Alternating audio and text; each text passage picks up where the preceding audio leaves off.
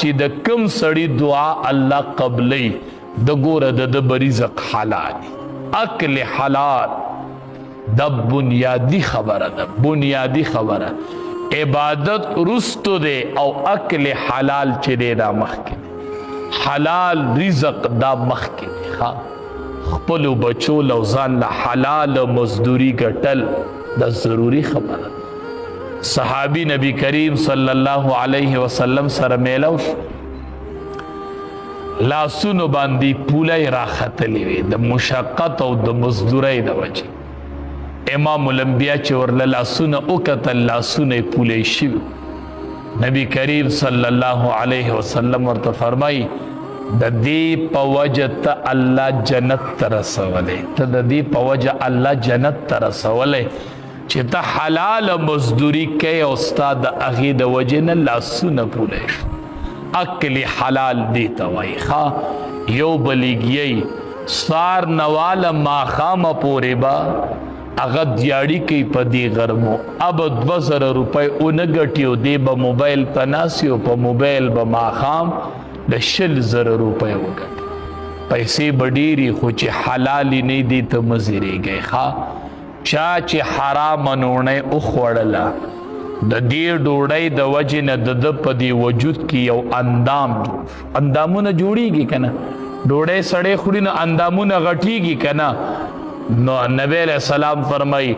دقه اندام چې کوم په حرامه نوڼۍ جوړ شوی دی د دې دپاره د جهنم اور زیات حقدار دی چې دا د جهنم په اور وسیزل شي دا به د جهنم په اور سیزل شي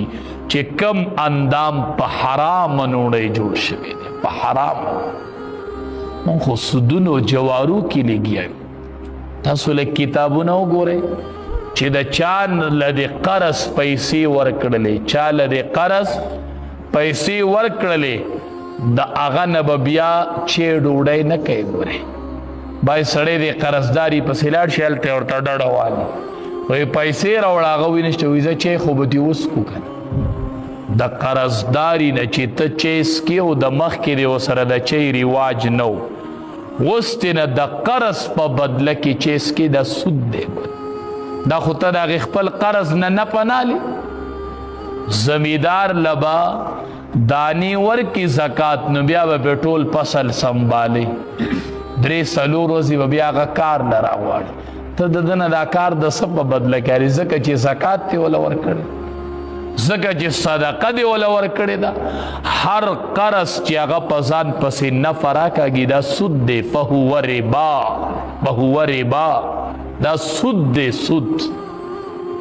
نن سبا د سود دوړې الوتي دي ښه د سود دوړې الوتي دي ځان بچ کوئ ځان د قرضداري سره بیا چای ډوډۍ مه کوه چې کله ترې نه قرض پیسې دې وله ورکړه بس بیا د هغه نه نفع ماله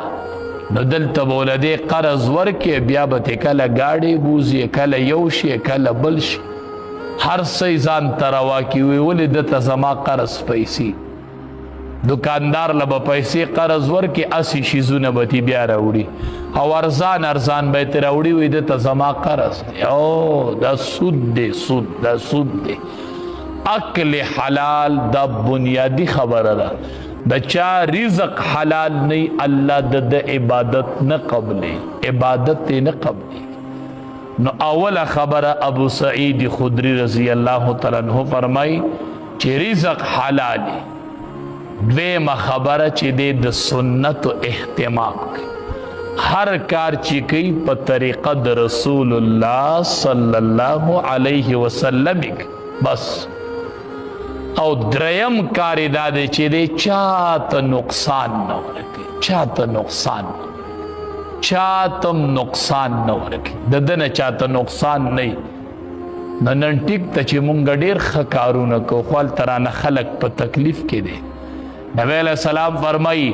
دا مومن نه دی چې د ده نه ګاونډي په تکلیف کې دی نن زمونږ نه څومره خلقو ته تکلیف تا کتلی چې ما نه چاته تکلیف شته که نه کور کې در نه څومره خلقو ته تکلیف دی ګاونډ کې در نه څومره خلقو ته تکلیف دی کلی کې در نسومره خلقو ته تکلیف دی نو چې د چا رزق حلالي او ژوند د سنتو مطابقي او چاته نقصان نه ورکوي. ابو سعید خدری رضی الله تعالی عنہ فرمایي وای دا سړی به سیده جنت ته ځي، دا به سیده جنت ته ځي، سیده خپل رزق حلال کو، ژوند د سنتو موافق کو او چاته نقصان نه ورکوي. کوشش کو هر سړی ته نفع ورکو خو چاته نقصان نه ورکوي. رب العالمین دې د عمل کولو توفیق راکړي.